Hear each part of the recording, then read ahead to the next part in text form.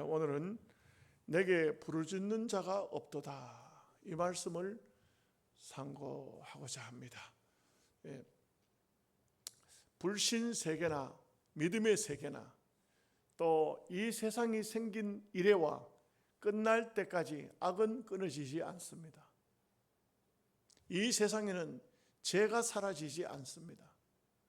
가끔씩 보면 역사 속에 하나님께서 진노하시는, 하나님이 대노하시는 그런 일들이 많이 벌어집니다. 사실은 십자군 전쟁이 일어났을 때는, 그때는 제일 무서웠던 것이 유럽 전체를 한센병, 나병이 그렇게 많았어요. 그래서 많은 사람이 죽고 했습니다. 우리가 율법적으로도 보면 이런 병은 보면은 사실 하나님이 징계거든요. 하나님이 징계로 나와 있어요. 그래서 사람들이 대체적으로 보면은 한센병, 문둥병이 들었다 하면 저주받았구나, 이런 생각을 해요. 물론 우리는 다 예수님을 모르면 다 저주 인생입니다. 그렇지만 특별히 이제 어떤 눈앞에 나타나는 가시적으로 볼 때는 바로 그것을 저주받았구나, 이렇게까지 생각을 했습니다. 또 하나님 뜻은 어디인지 알 수는 없고 본인은 어떤지는 알 수는 없지만 그런 병이 오면은 하나님께 저주받은 것으로 막 그렇게 했습니다. 물론 그 사람들에 의해서 구원 못 받는 건 아니죠. 그들도 한센병자들도 저 뭐 소록도 같은데 뭐 곳곳에 있잖아요. 영덕에도 있고 안동에도 가면 있고 뭐 이런데 그분들이 또 그 음성 나병이 다 고침을 받고 얼굴은 다 망가져도 손가락은 빠져도 하나님을 섬기잖아요. 그래서 보면은 정말 아픔도 많고 고통도 많지만 그 하나님을 섬기면서 소망은 하나님께 두고 살죠. 이 중세에 이런 때 보면은 또 유럽 쪽에 패스트균, 이게 쥐를 통해서 주로 많이 전달된 흑사병이라고 말하죠. 이런 병이 돌 때는요 엄청났습니다. 뭐 요즘 뭐 코로나 이거는 1도 아닙니다. 왜? 어떤 도시 같은 데는 80%가 죽었어요. 이건 뭐 상상도 못할 정도로 그냥 종말이 온 줄 알았어요. 완전히 그냥 종말이 온 줄 알았어요.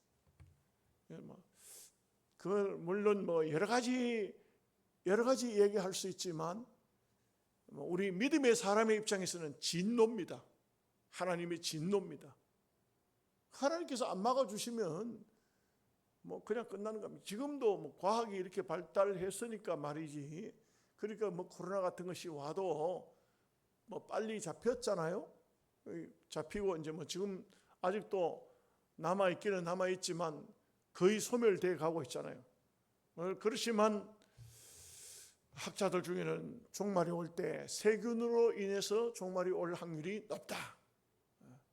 근데 이 모든 이게 그 세균은요 깨끗하게 사는 사람, 그 건강한 몸에 저항균을 많이 가지고 있는 이런 사람들에게는 그런 균들이 크게 작용을 안 해요.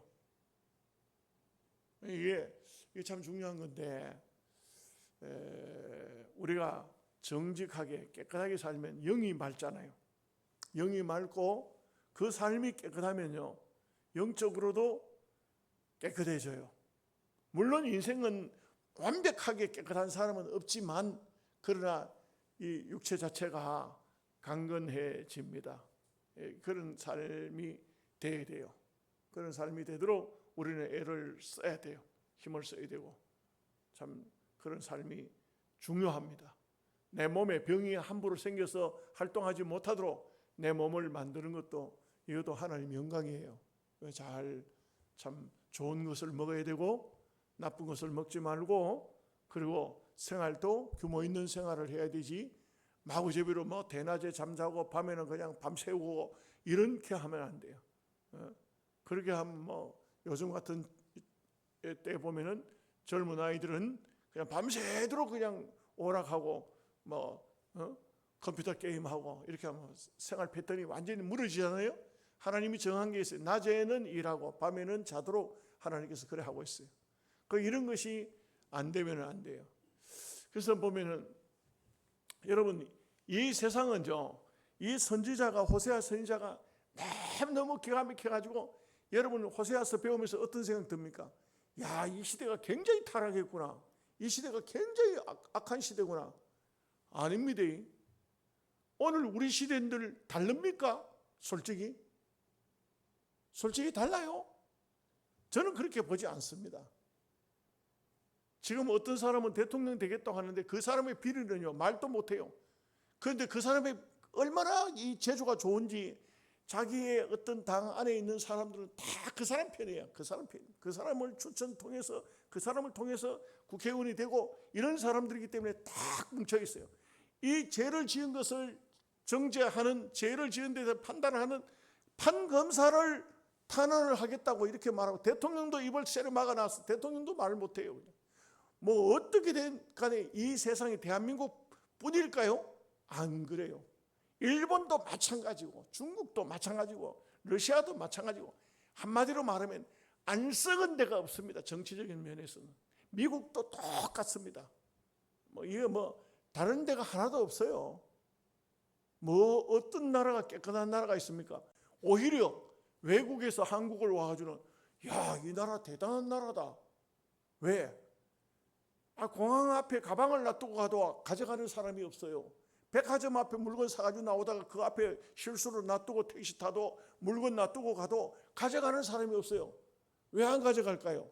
외국인들은 몰라요. 곳곳에 다 CCTV가 있어요. 훔쳐가지고 가면은 경찰들만 고생하지만 분명히 잡혀요.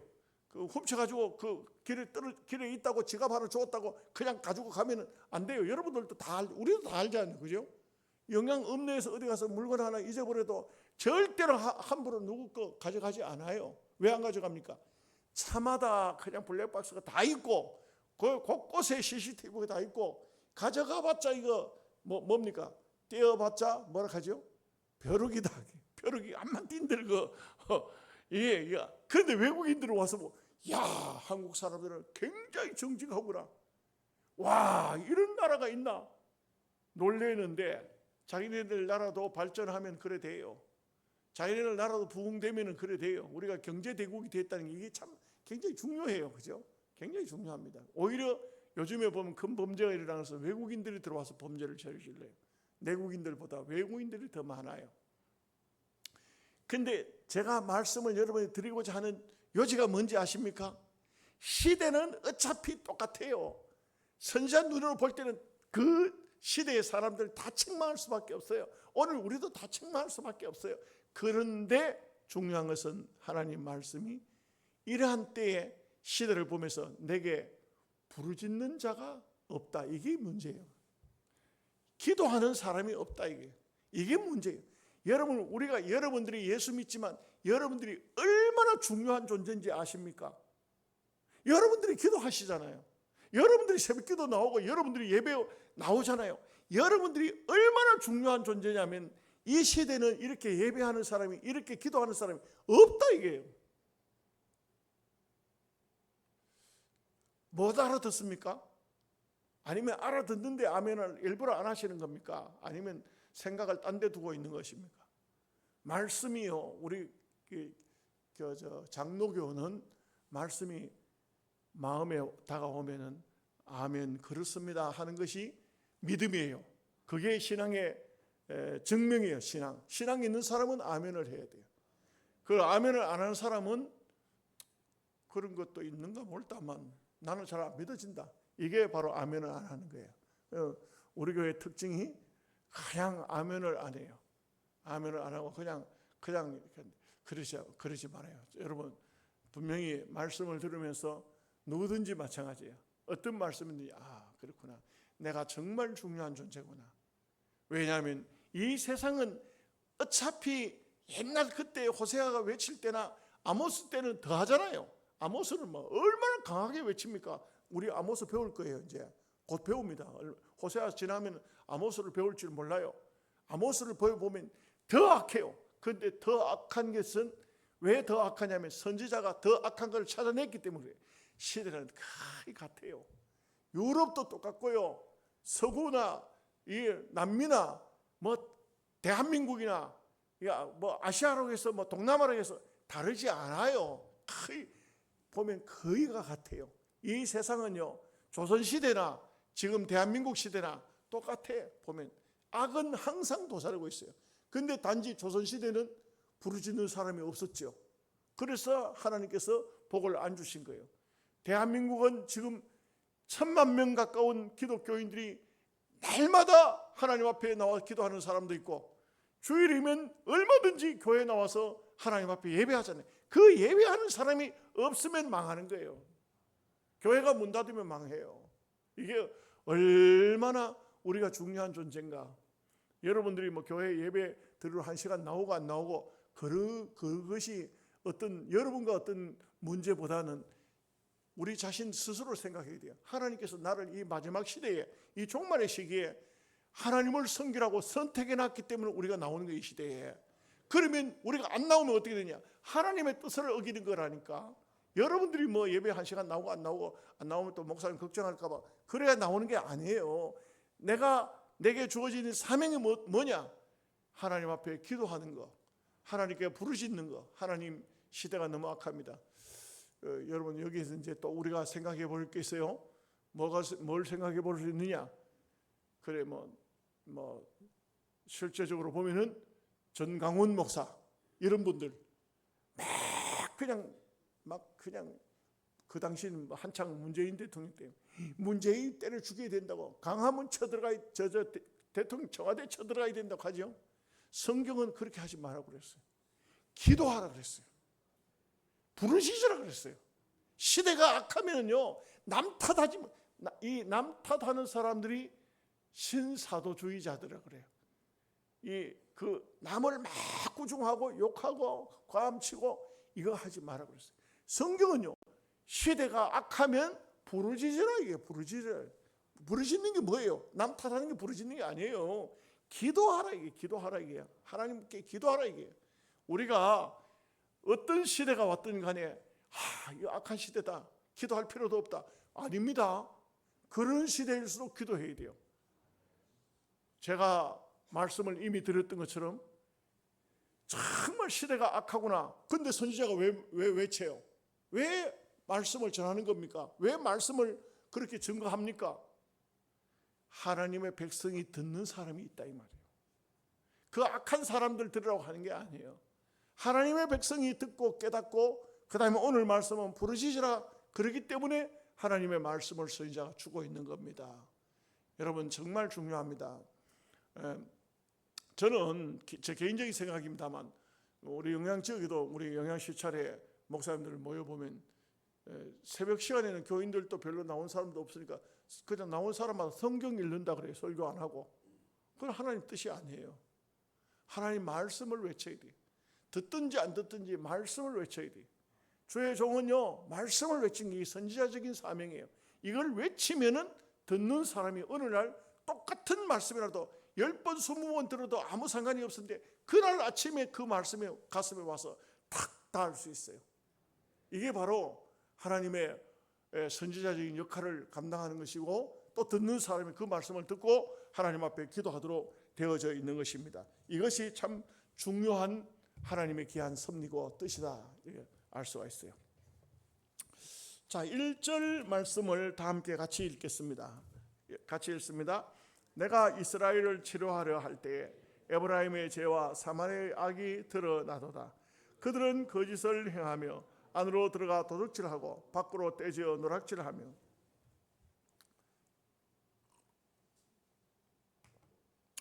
중요한 것은 아무리 세대가 타락하고 악하고 부패해도 하나님은 계속해서 어떤 마음을 가지고 계시느냐?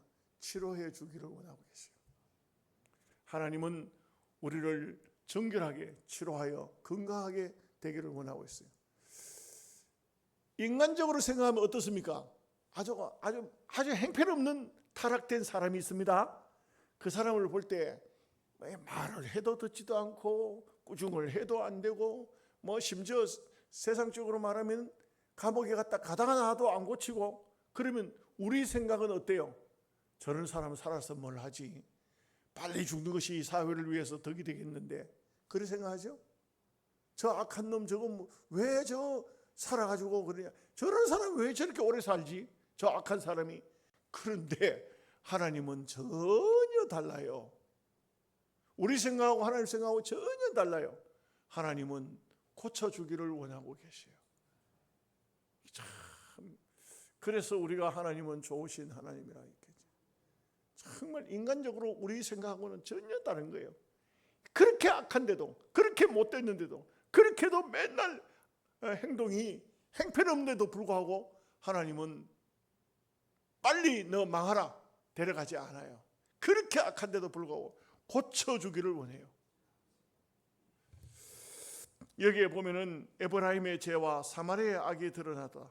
이 참 보면은 이 에브라임은 사실 야곱의 12아들이 아니에요. 그렇죠? 누굽니까?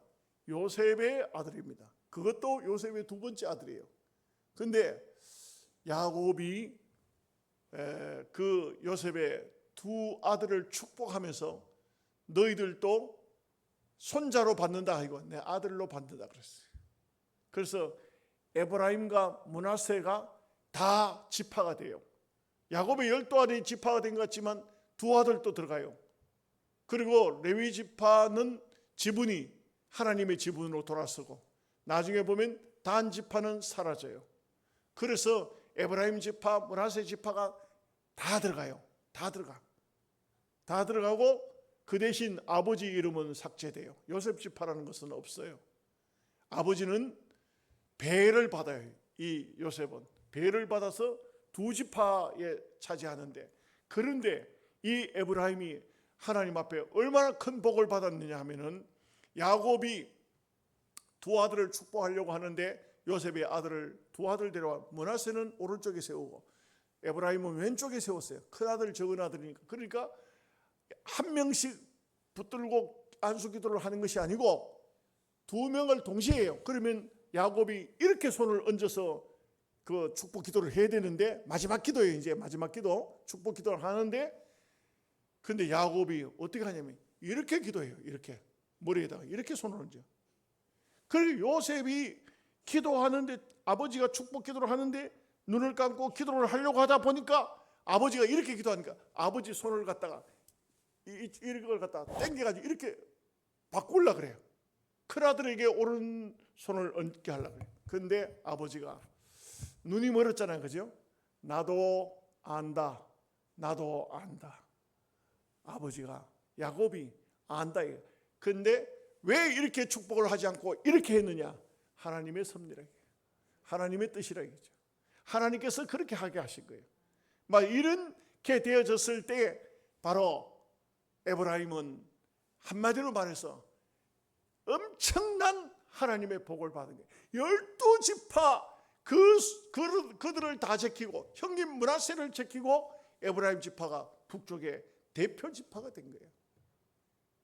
이거는 뭐 어마어마한 파격적인 축복이에요. 그런데도 불구하고 이 에브라임 지파는 하나님 앞에 감사하고 믿음으로 살지 않고 어떻게 했습니까? 악을 행하고 그 악이 드러났다. 여러분, 하나님께서 죄를 지은 사람에게 하나님이 감추어 주는 경우도 있고 드러내는 경우도 있어요. 회개하지 않으면 그 악은 드러납니다. 죄는요, 우리가 다 죄인이죠. 죄 안 짓는 사람이 어디 있어요?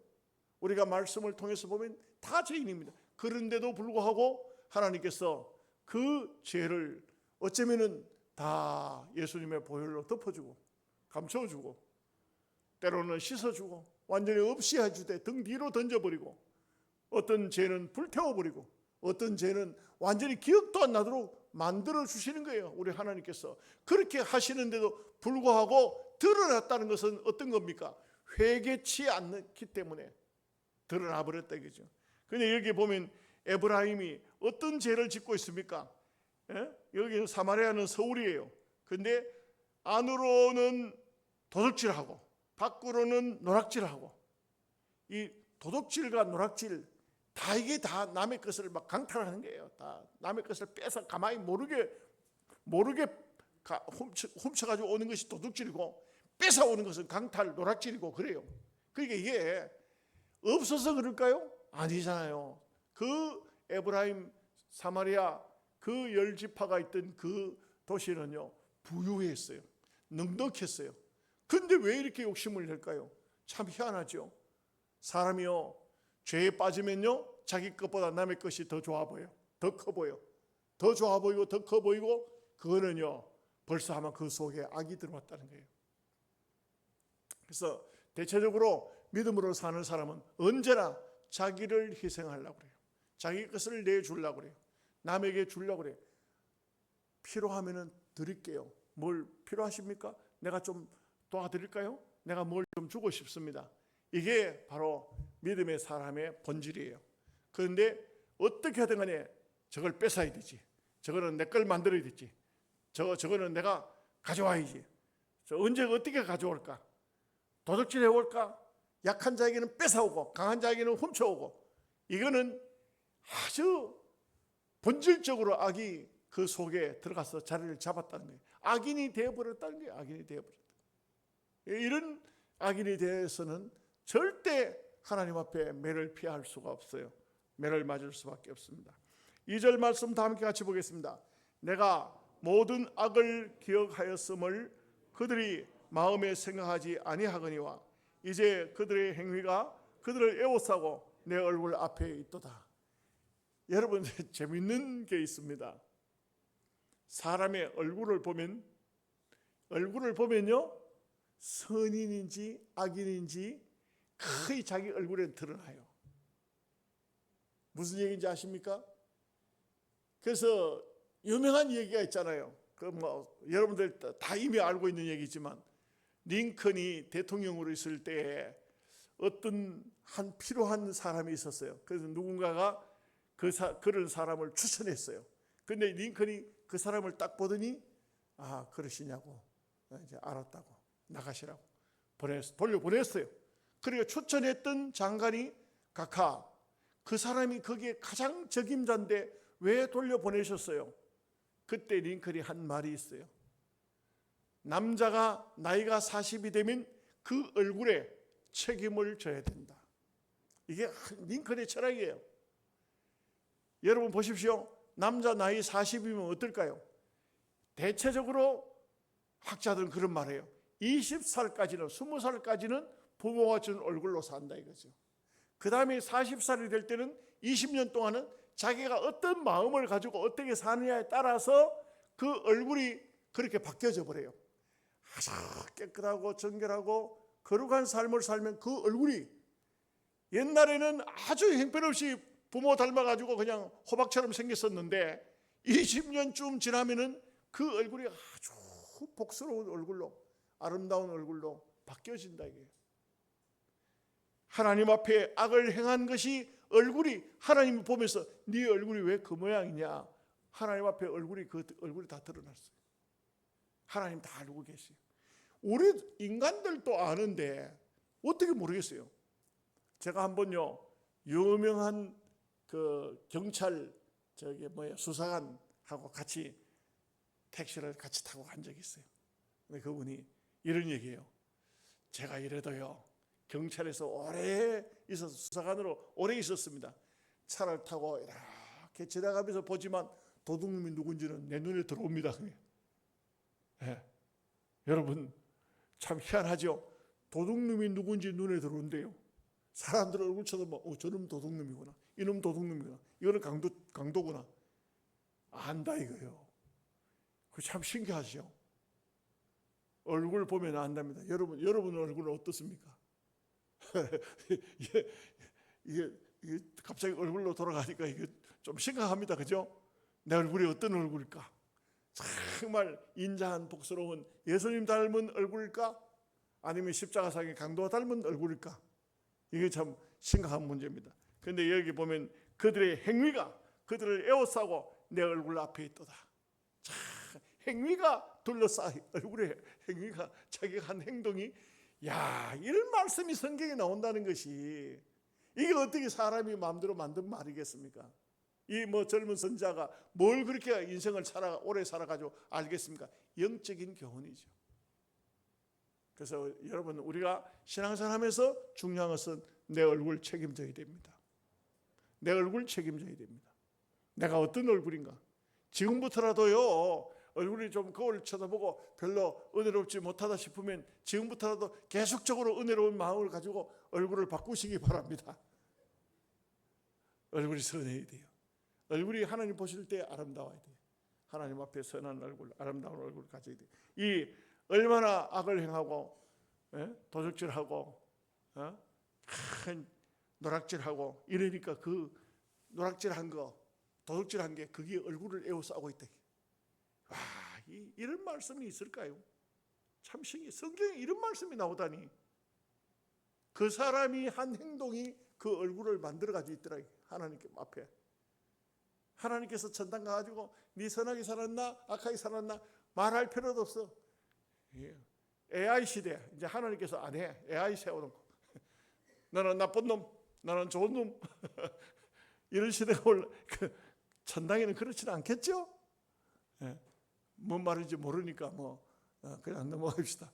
3절 말씀 다 함께 보겠습니다. 그들이 그 아그로 왕을 그 거짓말로 지도자들을 기쁘게 하도다. 참, 세상이 얼마나 타락됐으면, 얼마나 악해졌으면 세상의 왕을 악으로 기쁘게 한다. 악으로 기쁘게 하려고 하면 어떻게 해야 되겠어요?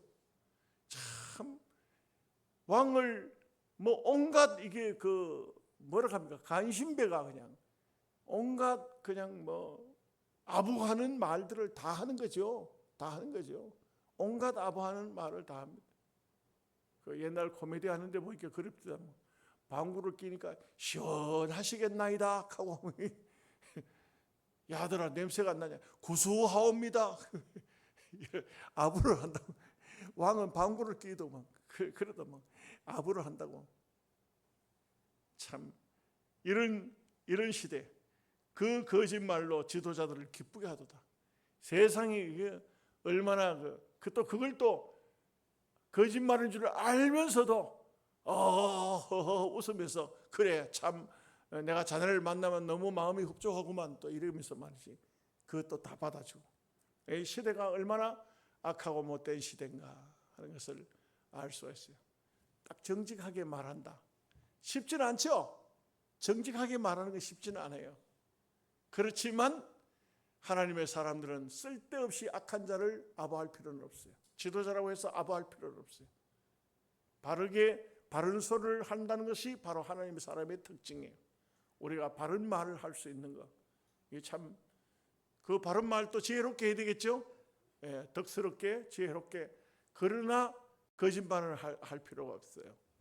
자, 이제 4절부터는 정말 중요한 말씀이 나옵니다. 같이 읽어봅니다. 그들은 다 가늠하는 자라 가자 만드는 자에 의해 달궈진 하덕 같도다. 그가 반죽을 뭉침으로 발효되기까지만 불일으키기를 그칠 뿐이니라. 세상에 이게 보십시오. 그 시대의 사람들이 다 가늠하는 자라. 이럴 수가 있나요? 도무지 이거는 어떻게 설교하기도 어려워. 왜 그러냐면 이게 좀 난잡한 말씀이잖아요. 이게 좀 성경에 보면 이 선지서에 보면 계속 이런 말씀들이 나오면요 정말 설교하기도 어려워요. 그게 달궈진 하덕 같다 이 말은요 이게요 좀 보십시오. 남자나 여자나 음란 죄를 범할 마음이 항상 준비가 되어 있다. 정상적인 사회 같으면 그렇게 될 수가 없잖아요. 마치 예를 들면 저 서울에 어디 젊은 이들이 들어가는 그런 술 먹고 밤새도록 춤추고 하는 데는 거기는 들어가면 그날 저녁에 그 이름을 남자든 여자든 이름을 물어보지도 않고 눈만 맞으면 그러면 가서 음란 죄를 범하는 그런 장소가 있다고 그런 얘기는 흘러나와요. 이렇게 또 뭡니까 귀족층에 있는 그런 그 젊은이들이 모이는 그런 바 같은데 그 특별한 회원권이 있어야 들어가는 이런 데가 있는가 봐요. 그렇듯이 옛날에 하면 이때 그런 시대가 그 서울에서 뭐 어디 명동이나 어디 뭐 강남이나 어디 그런 바가 있다고 해도 그거는 우리가 그냥 들리는 얘기잖아요. 근데 이 시대는 다 사람들 전부가 다 달궈진 하덕과 같도다.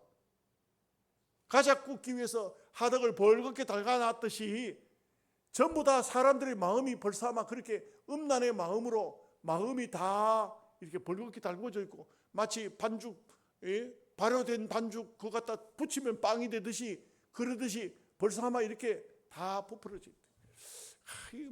이게 이 시대가 선지자가 너무 예민하게 봐서 그럴까요? 이 부패된 인간의 마음이 그대로 있는 겁니다. 그대로 있는 겁니다. 하나도 정화되지 않은 마음. 사람의 마음은요, 예레미야가 그랬잖아요. 만물보다가도 심히 부패된 것이 인간의 마음이로다. 이를 어찌할리요? 이 세상에 사람의 마음이 자기 마음이요 타락된 대로 그대로 내버려 둔다. 그럼 어떻게 될까요? 짐승보다 훨씬 더 악할 거예요. 훨씬 더 더러울 겁니다. 짐승은요 생리 기간이 되면은 교접하려고 하죠. 우리도 개를 한 쌍을 키워보면은 희한해. 그 시기가 되면 밥도 안 먹어요. 그 암놈 손놈 따로 가다 나가. 애들이 한테 못 넣게 새끼 넣으면 골치 아파. 그러니까 이 새끼가 많이 불어나면 이거 막 문제가 생기니까 그래서 할 수 없이 분리해 놨어. 그 집사람이랑 내나 맨날 그럴 때마다 마음이 아파. 저게 새끼를 한 번 낳았던 부부인데, 근데 또 요즘에 또 이게 보통 문제가 아니잖아요. 자꾸 새끼 자꾸 놓으면 이거 어떻게 처리할 방법도 없어요. 가져갈 사람도 없고요. 이제는 개고기도 못 먹게 하고 이제 뭐 안 되잖아. 그게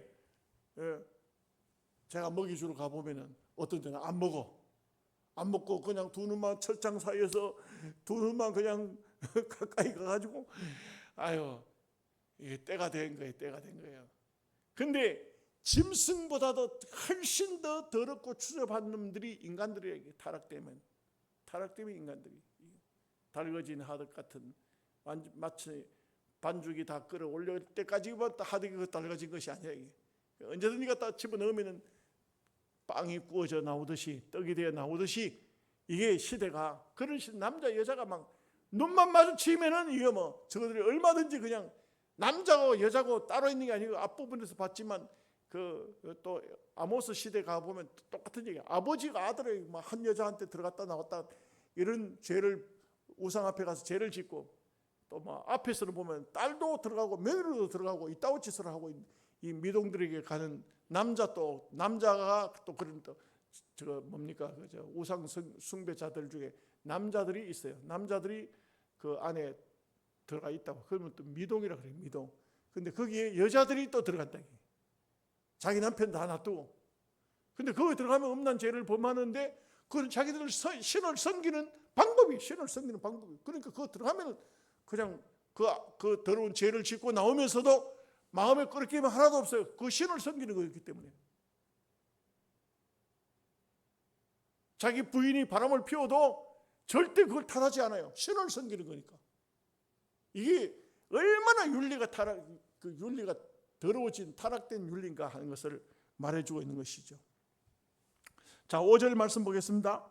같이 읽습니다. 우리 왕의 날에 지도자들은 술의 뜨거움으로 병이 나며 왕은 오만한 자들과 더불어 악수하는도다. 이게 무슨 말입니까? 왕의 날이라는 것은 왕의 생일날 또는 왕이 취임하는 날, 또 왕이 어떤 큰 좋은 일이 있어서 경사스러운 날, 이 날을 왕의 날이라 그래요. 이 왕의 날에 지도자들이 뭡니까? 우리로 말하면 도지사, 군수 이런 사람들 한테 다 끌어 모여가지고 뭘 합니까? 술을 먹는데 얼마나 먹었던지 여기에 보니까 술이 어떻게 돼요? 뜨거워진다. 술의 뜨거움으로. 술이 뜨겁습니까? 술 많이 먹으면 뜨거워요. 몸이 뜨거워요. 그러니까 막 술이 만땅 취할 때까지 퍼마시는 거예요. 퍼마셔가지고는 어떻게 돼요? 병이 나더라고요. 술 많이 먹으면 병 나요. 술병 난다. 술병 난다. 술 안 먹어본 분들은 모르지만 술도 많이 먹으면 정신을 잃어버려요. 정신을 잃어버릴 정도로 이래가지고는 술이 취하니까 거기는 별의별 놈 다 왕 거예요. 그런데 막 너도 나도 할 것 없이 악수한다고 해서 친구가 된다 이 말이에요. 그날 그 왕의 생일날 생일잔치에 왔던 군수, 도지사, 지도자들 전부 다 모여가지고 술을 만땅 먹고 나니까 거기는 야당도 여당도 없고 거기는 서로 막 전부 악수하고, 악수가 아니에요, 어깨동무하고 춤추고 온갖 초잡한 짓을 하고 있더라 이거지. 이 시대가 완전히 의인도 없고 악인도 없고 시대가 다 섞여버린 그런 시대. 완전 난잡하기 그지 없는, 짬뽕인지 하여간 비빔밥인지 한때 다 섞어버렸어요. 다 섞여. 그런 시대가 되면 안 된다. 여러분들은요 어디 가든 간에 비빔밥이나 짬뽕이 되면 안 돼요. 뭐 알아들으면 할 수 없고 고고한 우리의 자태를 드러내야 됩니다. 오늘 참 제가 만든 단톡방이 하나 있는데 거기에 하영진 목사님이 그 어떤 사진을 올렸어요. 사진을 올렸는데 어떤 젊은이가 운동을 해서, 운동에 뭔 운동을 했는지 제가 지금 좀 기억이 안 나는데 거기서 참편이 된 거예요. 근데 티셔츠에다가 나는 하나님을 믿는다 하는 티셔츠를 입고 나온 거예요. 얼마나 가상스럽다고, 얼마나 참 아름다운 모습이냐 이게요. 그래서 하영진 목사님이 미국에서 그걸 사진을 찍어가지고 올렸더라고. 얼마나 착하냐 이게, 얼마나 착하냐. 예? 누가 인터뷰해 줄 사람이 없어도 아예 옷을 입고, 그런 옷을 입고 그렇게 나왔다는 것이, 하나님을 믿는다, 하나님을 섬긴다는 것이 참 자기 신앙 고백을 하는 거 아니에요. 중요합니다. 여러분, 저는 볼 때 우리 예수 믿는 성도들요, 예수 믿는 표시를 어디 가든지 내시는 것이 참 좋습니다. 참 좋다고 생각합니다. 저는 옷을 어디 나가면은 꼭 이렇게 교육자 티셔츠를 입고, 십자가를 붙이면 십자가를 그냥 붙일 수는 없으니까 배지를 이렇게 달고, 그러면 예수 믿는 사람인 거, 또는 이제 옷을 정갈하게 입으면 물어봐요. 어떤 분들은 목사님이세요? 네, 그렇습니다. 그래 보입니다. 이렇게 하거든요. 그렇게 하는 게 좋아요. 그러면은요, 당연히 말도 조심하고 행동도 조심하고, 우리가 무엇을 전도를 해도 이분은 목사님이니까 이렇게 내게 전도하는, 시비하는 사람이 없어요. 저게 시비하는 사람이 없습니다. 그렇게 하는 것이 자기 자신을 신앙인으로 드러내는 것이죠. 중요합니다. 어디 가서 막 한테 그냥 섞여버리면 안 돼요. 절대 섞이지 마십시오. 자, 6절 말씀 보겠습니다. 그들이 가까이 올 때 그들의 마음은 간교하여 하덕 같으니 그들의 분노는 밤새도록 자고 아침에 피우는 불꽃 같도다. 이게 또 이게 얼마나 참 기가 막힌지, 이렇게 악한 자들하고 악수하고, 또 그들의 마음은 간교하면서 불에 달구어져 있는 듯한 그런 또 하면서 또 분노는 또 가지고 있고, 이게 앞뒤가 안 맞는 이런 모습입니다. 7절 말씀 다 같이 봅니다. 그들이 다 하듯같이 뜨거워져서 그 재판장들을 삼키며 그들의 왕들을 다 엎드러지게 하며 그들 중에는 내게 부르짖은 자가 하나도 없도다. 하나도 없도다. 이래가지고야 되겠니? 근데 보면은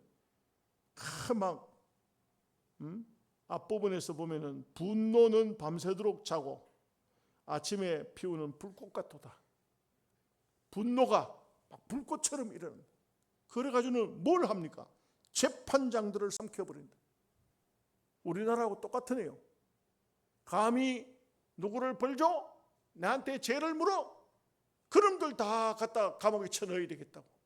재판관들을 삼키는, 장차 대통령이 되겠다 하는 분이 막 언론을 막 그냥 강아지라고, 그냥 애완견이라고, 그냥 자기는 전혀 죄를 지은 게 없는가 봐요. 근데 기자들이나 모든 사람, 정치인들은 저 사람은 이북에다 돈을 그렇게 많이 갖다 주고 갖다 준 증거가 다 있고, 그런데 전혀 그동안 뭐 어디 투기 뭐 얼마나 이게 얼마나 문제가 많은지 그냥 보통 문제가 아니죠. 그런데 자기를 비방하는 사람은 다 정부의 강아지 노릇을 하는, 애완견 노릇을 하는 개들이고, 자기는 거룩하고 깨끗하고, 전부 자기에게 덮어쓴 죄는 전부 만드는 죄고, 재판관들이 죄를 찾는 사람들은 다 그 감옥에 집어넣어야 될 악한 사람이고. 그런데 오늘 말씀이 나오네요. 오늘 말씀이 나오네요. 그거 희한하죠. 제가 지금 우리나라 지금 어떤 야당 지도자 그 사람 욕하려고 하는 소리가 아니고 여기 나온다니까요. 여기. 이게 참 시대가 보면은 이런 어려운 시대에 와 있다. 악한 시대에 와 있다. 악한 시대가 되면은 다 그렇게 되더라고요. 요즘에는 밝죠? 밝은 시대죠? 뭐 감춰놓고 어둡고 뭐 침침하게 이렇게 할 수 없잖아요. 다 밝은 시대에 다 드러나지 않습니까? 다 드러나요. 오픈돼요. 다 오픈됩니다. 누가 무슨 일을 했든 간에 다 오픈됩니다. 다 오픈되기 때문에. 그런데 이렇게 악한 말을 하는 것이 옛날 그 시대 사람들이나 지금 시대 사람이나 똑같다. 그런데 가장 중요한 것은 마지막 말씀이죠. 내게 부르짖는 자가 하나도 없다. 기도하는 자가 아무도 없다. 내게 예배 시간이 돼도 예배하러 나오는 사람이 없다. 전부 다 무슨 핑계 대고 집 안에 앉아 있고, 뭐 설교 들으면 되지, 교회 꼭 가야 되나, 예수 믿으면 되지, 믿으면 천당 가지, 꼭 교회 가야 되나, 그렇게 신앙생활 할 필요가 있나? 참 편하게 천국 가는 열차를 타되 침대차를 타고 가자. 이것은 오늘 우리 신앙인들에게는 그런 유혹을 받으면 안 돼요. 우리는요, 주님이 오시는 그날까지 이렇게 예배할 겁니다. 그리고 언제든지 우리 자신을 돌아보면서 정말 하나님 앞에 정직한 삶, 나는 하나님의 사람이다, 이걸 잊지 말아야 돼요. 나는 하나님의 백성이다. 나는 어떤 경우도 하나님의 사람이다. 이렇게 참 하나님 앞에 믿음으로 기도하고 부르짖는 여러분들 되시기를 주님의 이름으로 축복합니다. 하나님 아버지 감사합니다. 오늘 수요일 예배로 주께 나와서 이 시대를 선지자는 탄식하면서 마지막 부분에 와서 그런데 내게 부르짖는 자가 없다고 참 마음 아픈 선지자의 목소리를 들을 수가 있습니다. 하나님 아버지, 오늘 시대가 어떠하든지 이 시대를 보면서 탓하지 말고, 이 시대를 욕하지 말고,